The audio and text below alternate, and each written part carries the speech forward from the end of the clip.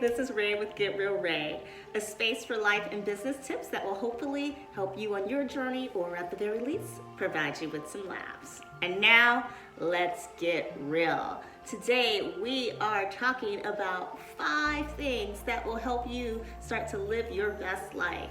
Now, if you feel like you are already living your best life, then awesome. Hopefully, watching this video, you'll find yourself going, yeah, Rae, I agree. I'm good. I like that. I agree. But you might also find some things that you hadn't thought of before. If you were not living your best life, that is okay. You're not alone. It's normal, right? However, we want to get you to move from a place of, oh, my life is so frustrating, or I hate going to work, to a place of, yeah, my life is awesome. And maybe even, yeah, I love my job. Woo! Number 1, make a list. So make a list of everything you want to do in your life, just a total brain dump. Write or type, just get all those ideas out of your head. So, want to retire before the age of 50, want to travel to 5 different continents, want to go scuba diving, want to lose weight, want to grow a beard, want to have 10 kids. Yo, no judgment, whatever you want, right? You may find that you write something down like, I want to break the world record for stacking M&Ms. By the way, some guy recently did that, which is kind of insane.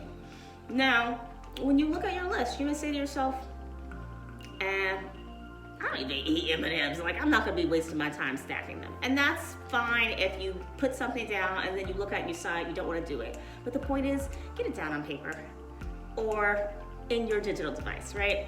You want to be able to look at the things that you say you want, because this is going to help guide you in terms of how to get the things that you want. Maybe you just want a loving relationship. Maybe you want a better relationship with your friends and family. Put it on paper. Put it on paper. Put it on paper. Tip number 2, find your why. So all the stuff that you wrote down, why do you want to do these things? You might find some things where you're just like, I didn't even know why I want to do that. I just said I want to do it. And maybe not knowing why changes whether or not that item stays on your list, or maybe it doesn't change. But look at some common themes. If you have a lot of common things around relationships, a lot of common themes around travel, a lot of common things about income and work satisfaction, then start to ask yourself, why do I want to retire early? And you might find that you want to retire early because you want to do more traveling. It really has nothing to do with the job that you're in. You might find that you want to retire early because you totally hate your job and you just don't want to be working there any longer.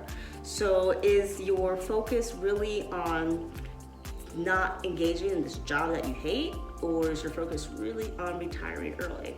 If the focus is really just getting out of a job that you hate, then maybe what you really want to do is look at changing your skills, look at interviewing at other companies, and just really trying to figure out how do you get out of that job sooner rather than later.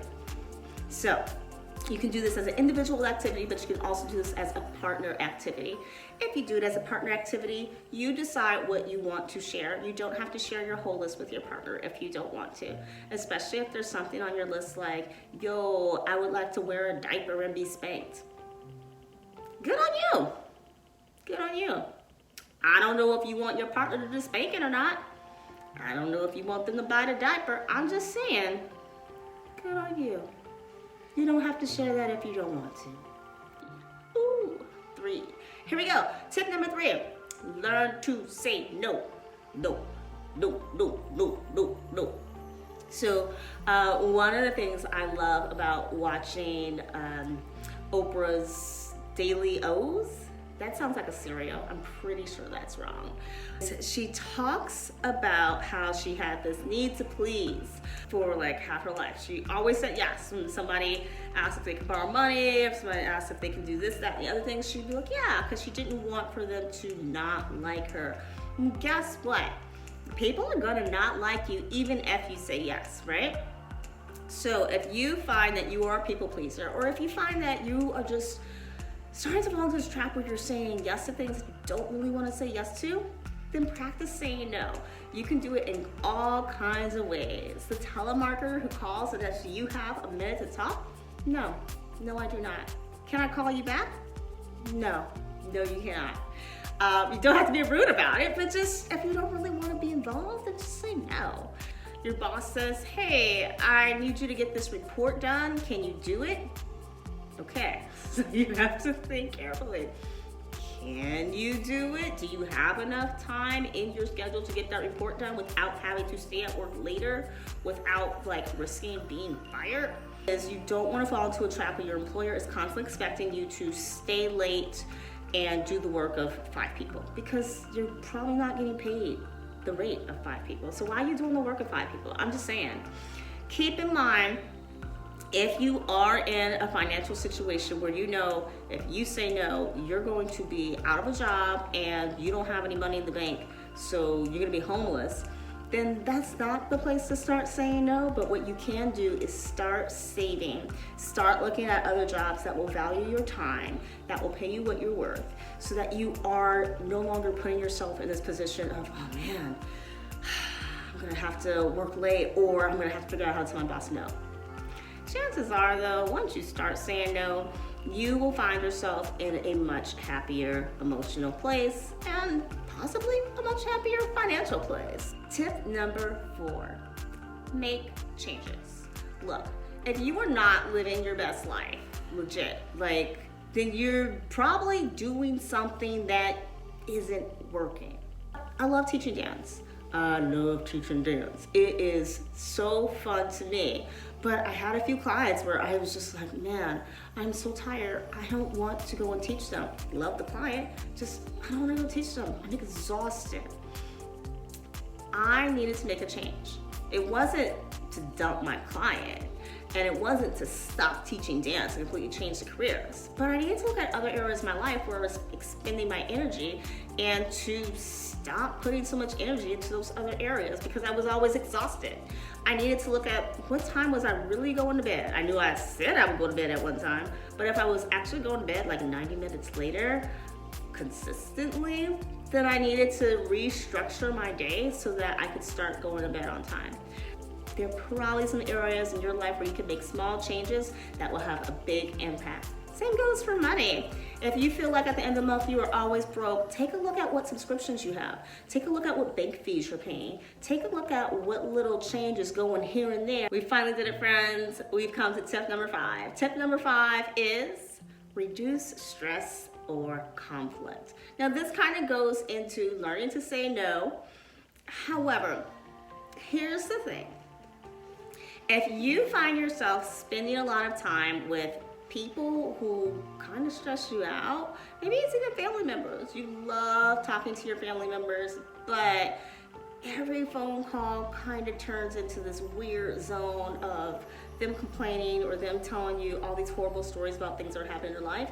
Maybe you need to start making those phone calls shorter. Again, that idea of getting stuck in traffic and then finding a way to leave earlier.